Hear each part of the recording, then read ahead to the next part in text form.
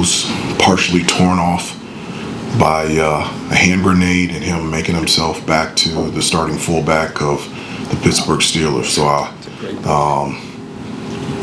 that just rocked with me. And from that time on, I was like, that's my dude. And so since then, I've always been a Steelers fan. So Rocky Bleier trumped John Riggins, huh? He did. Yeah. He did.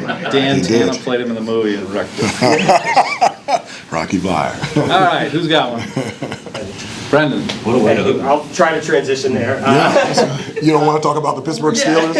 Okay. Obviously, you guys have a big exhibition coming up here. Yeah. As someone who has been around college basketball for as long as you have, we're seeing these new exhibitions come, and it's a trend. It's in front of fans. It's away arenas versus some of the private exhibitions that it has. Providing reliable, affordable power.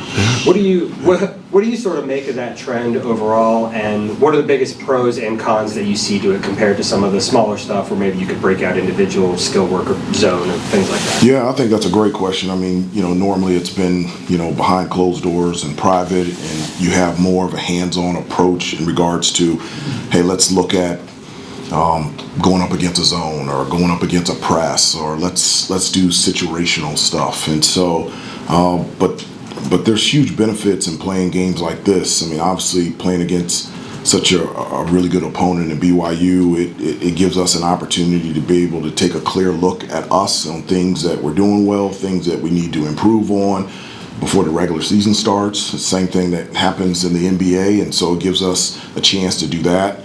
I think it's also really beneficial for us to go on the road.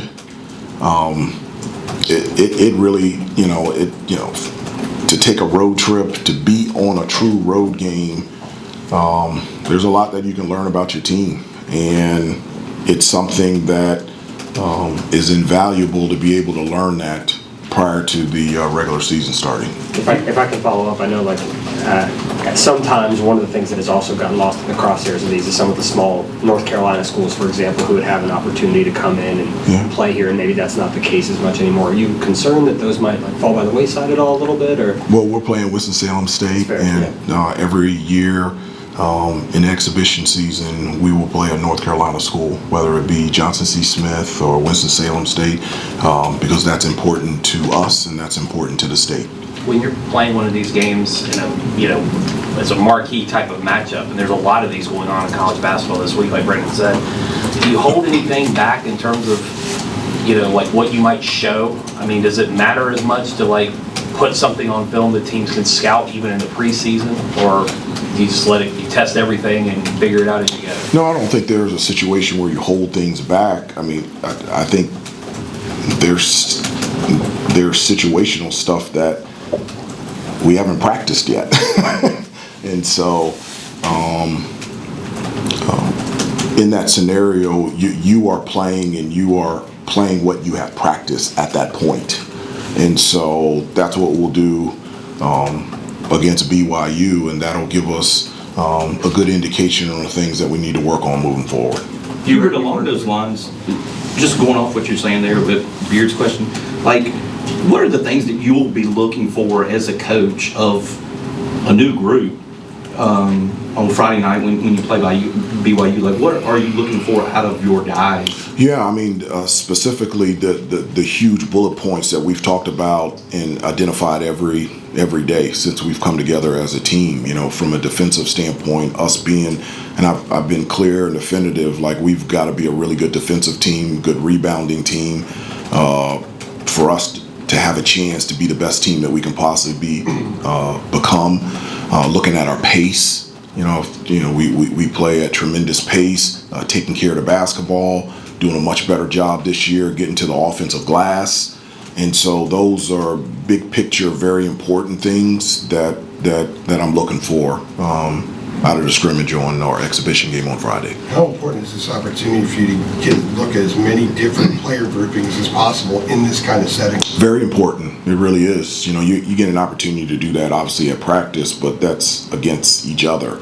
Now being able to do that against another opponent is something that's it's going to be really huge for us. So when people are watching, people may tend to make too much out of some of these games. You're looking at this as a lab experiment in some ways to see what I'm you not got. looking at this as a lab experience. They keep score. It's a free opportunity. I know Roy, I said lab one time before, it's Yeah. stuck in my head. Okay. It's a free opportunity to see what you got and to look at all these different groupings. So Yeah. the intent going in, they are keeping score, you're trying to win, but how much of it is it to make sure you get a look at all those different groupings? Well, it is important. I think it's both, and, these type of games are very important for us in our development and our growth as a team. And it's also an exhibition game. I mean, we did the same thing last year against Memphis, and we didn't have RJ, and we learned something about Seth in that game. Then going through the entire year, Memphis had a pretty good season, and we won 23 games and just got into the NCAA tournament. So there's a lot of value in these type of games, but it's also an exhibition as well, if that makes sense. It's both. It's both. Hubert, you obviously recruit a lot of players, but AJ DeBansto is a really high-profile one. What's it kind of like just going against somebody like that so soon, and how's the relationship kind of continue?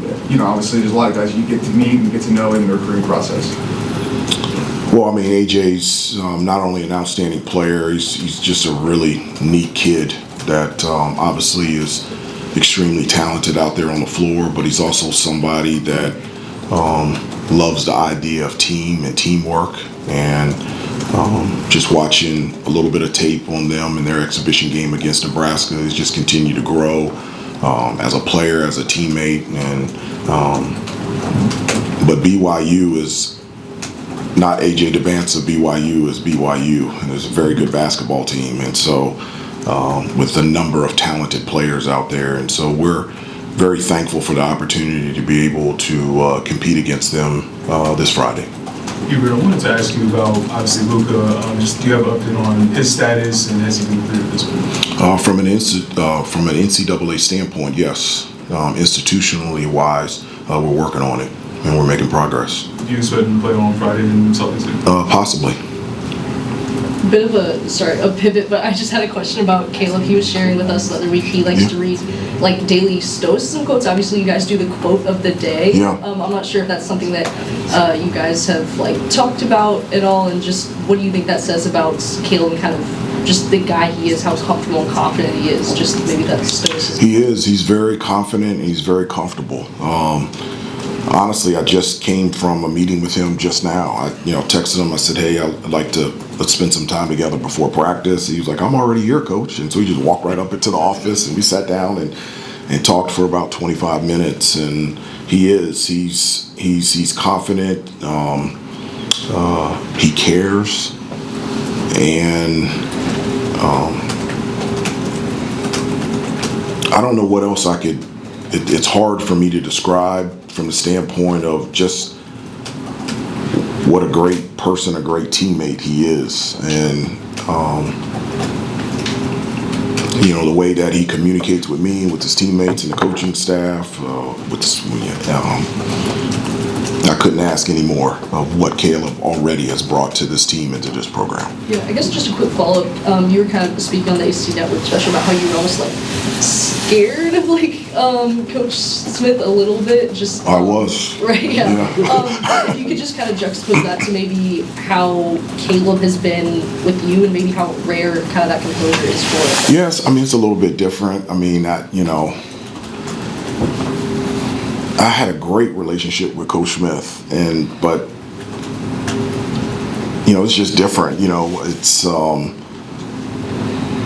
when I played after the season, you couldn't be on the court with the guys until October 15th. So obviously, I stopped by the office every day and hung out with Coach Smith and Coach Guthridge. But being on the floor with them was only limited to when the season started. Now, you could be on the court with them all the time, and so having more access and more time with them, I think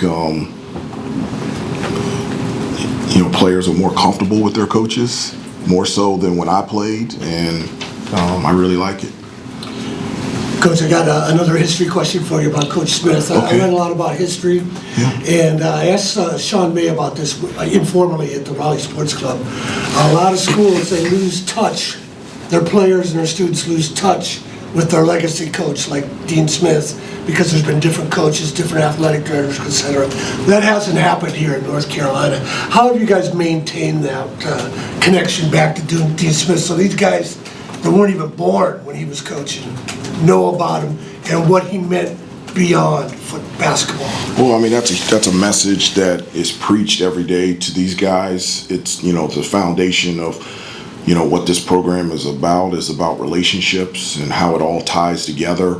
One of the many reasons that I love, our coaching staff is that, all of us didn't play for the same coach here at Carolina. And so, the communication and what we give to the players, we really give them the full body experience of what this place is like, but from different angles. As much as Carolina is Carolina, I'm a different person than Coach Williams. Coach Williams is a different person than Coach Guthridge, and Coach Guthridge is a different person than Coach Smith. And so I think it's really cool that we can give our shared experiences from a different perspective to our players and allow them to understand what this place has always meant and what it's like.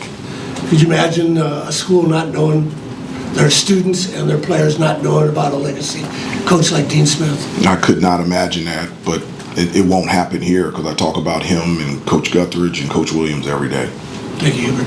Hubert, for your staff, going into an exhibition game, I think the focus will be on the players once the game gets started. But going into the game, is this an opportunity for the staff to prepare for an opponent as if you would during the regular season? Oh, we do. I mean, it's everything. It's scouting report. It's the same routine headed into a regular season game, and that's one of the benefits of playing in this game is we have 11 new players, so for them to understand the regular routine and preparation to play an opponent. And so yeah, that does play a part. So Hubert, you emphasize improving size and rebounding as a priority in the offseason. What are you particularly looking for out of your bigs in this exhibition game coming up? Not just specifically with the bigs, just for our team. I always have said that rebounding is the number one determining factor of an outcome of a game. And so, we've got to be a good rebounding team on both ends of the floor. And so those are things that we talk about and emphasize, every day, and irregardless if you have size or don't have size.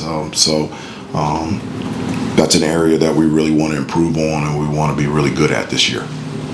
I know you touched on it a little bit, but having freshmen get out there in front of an away crowd, how important is it for their development specifically outside of, I guess, the rest of the team in a sense? Yeah, it is. I mean, it's important for them to get out there on the floor, but these guys have been exposed to a number of different situations. It's not like when I was playing in an NBA arena for the first time was very different for me. These guys have done it since high school.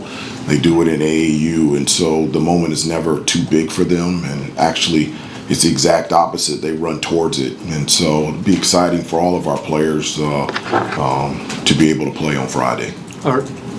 Hubert, I don't know if you saw it, but Izzo went off on the NCAA letting you sign people out of the G League now. Did you see that? I didn't see that. Yeah, that's in the news. Okay. And he said there's no rules, and he just went off on it.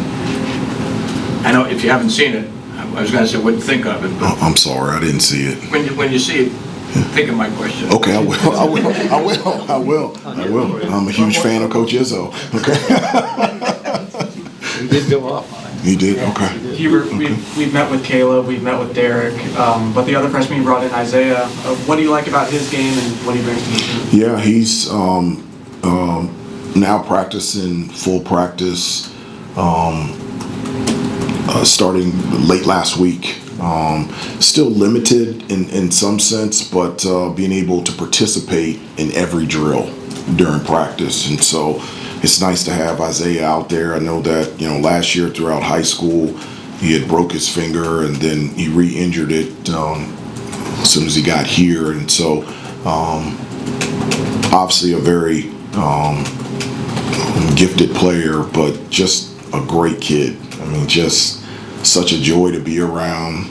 He loves being a part of a team, loves being here, and I'm so thankful that he's healthy enough to be able to participate fully in practice now.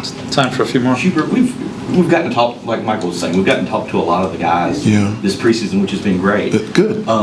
They're funny, aren't they? Let's keep it up. Yeah. Well, let's go. Let's talk. But a lot of them have sort of characterized the personality of this group as being competitive, being hungry, wanting to win, like that feeling already just from having even not played a game. Like, are those qualities that you have picked up on too with these guys? And is that something that's also important about seeing how that appetite shows up in a game setting like Friday night? I agree with you. It definitely that has. I've picked that up and noticed that this is a very competitive group. It's a team that I don't have to poke and prod to get after it. They already do, and that's exactly what you want. They compete extremely hard out there on the floor, and then they're in the locker room laughing and joking around, and that's the type of team that you want to have. And also it's also beneficial in games like this to be able to see how you handle. Everything is good when everything is going well, but how do you handle adversity? Yeah. If a team goes on a run, how do you come together? Do you get stronger? And those are things that it's really important to see and identify, especially before the regular season starts. Hubert, where have you seen the most improvement through preseason practice to this point? I've seen the most improvement defensively.